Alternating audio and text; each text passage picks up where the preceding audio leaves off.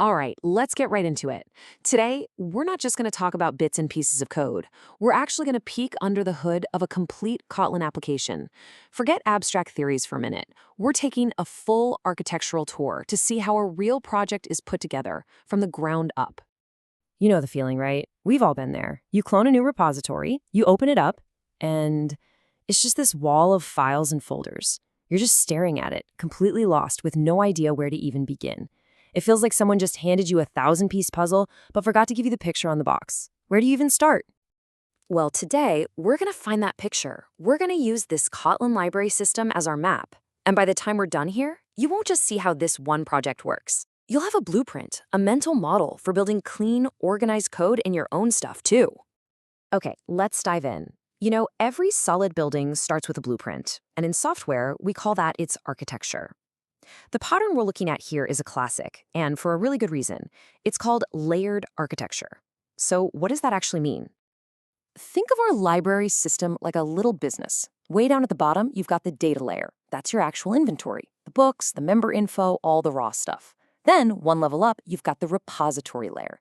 That's like the warehouse manager. Their only job is to know exactly where everything is. Above that is the service layer, which is kind of like the rules engine. It decides who can borrow what, for how long, all the business logic. And finally, right at the top, you have the UI layer. That's the storefront, the only thing the customer ever actually sees or talks to. So here's the golden rule, the most important idea of all. Each layer has one job and one job only. This principle is called separation of concerns. It means the UI doesn't know how the data is stored, and the database doesn't care what color the buttons are on the screen. This separation is what keeps a project from turning into a tangled spaghetti code nightmare. It is the absolute key to staying sane. Okay, so with that in mind, let's start our tour from the ground up. We're starting at the absolute foundation, the data itself, and the layer that's in charge of it. Before you can write a single line of logic, you have to define what your system is actually about. What are the nouns? And as you can see, we've got a book, a general person class, and then more specific types like a member and a librarian, and a loan to connect a book to a member. These simple little data classes, they're the bedrock for the entire application. Everything else is built on top of them. Now, here's a really smart move in the design. See how both a member and a librarian are just different kinds of person? That means they automatically share common things, like an ID and a name, but they each get their own special abilities.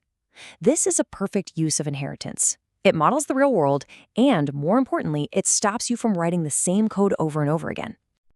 And check this out. This entire table of rules, it's all defined in something called an enum class. An enum is just a way to list out a fixed set of options. So instead of having magic numbers like 14 or 30 for loan days scattered all over the code, all the rules are right here in one single easy-to-read spot. This is what we mean by self-documenting code. It's beautiful. Okay, so we've got our data models. We know what a book is, what a member is. But how do we actually, find them or save them or delete them? Well, that's the job of the next layer up, the repository. It's the exclusive gatekeeper for all our data. And the job of a repository is just beautifully simple. I mean, look at the book repository. Its functions are all about data management. Save, find, delete, update. But notice what's not here. There's zero complex logic about loan rules or overdue fines. Nope. It just manages the list of books. That's it. Period. Okay, now we get to the really fun part. We're moving up into the service layer. This is the engine room. It's the brains of the whole operation, where all the actual rules of our library get enforced. At the very heart of this layer is the library service. You can think of it as the central hub, or maybe a traffic cop. When a user wants to do something, like borrow a book, the service class takes that request, it talks to the repositories to get the right data, and then it applies all the necessary business rules. And this single line of code from the process loan function, it's just a perfect example. Before anything complicated happens, it asks the most basic questions. Hey, does this book actually exist? Is this member even a real person in our system? This is the service layer acting like a bouncer, making sure the fundamental rules are met before it lets anything happen.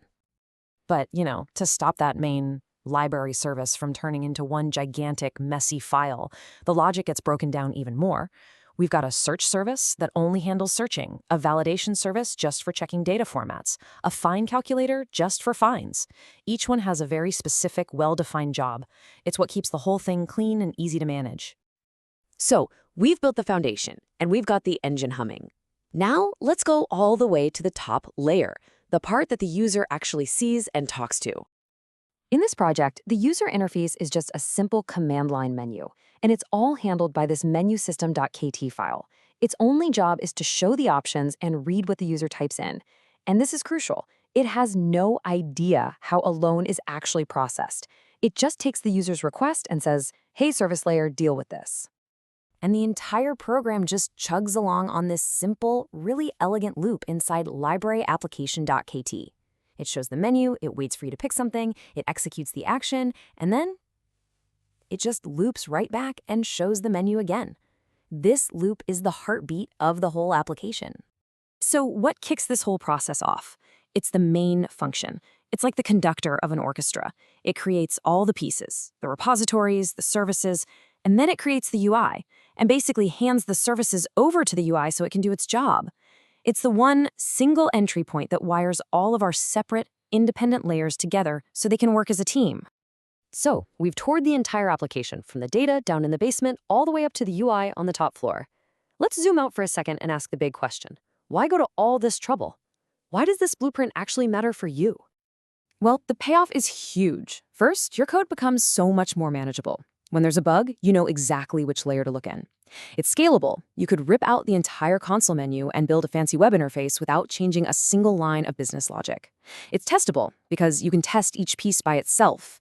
And maybe the most important thing of all, it's understandable. A new developer can join your team and get the big picture in a few hours, not a few weeks. And that really brings us to the final thought here. This isn't just some abstract pattern for giant corporate systems. Even on your next small personal project, just thinking in layers, separating what your data is from what the rules are and from how it's presented, that alone can bring so much clarity and make your life as a developer way, way easier. So, how are you going to use this blueprint? Thanks for tuning in.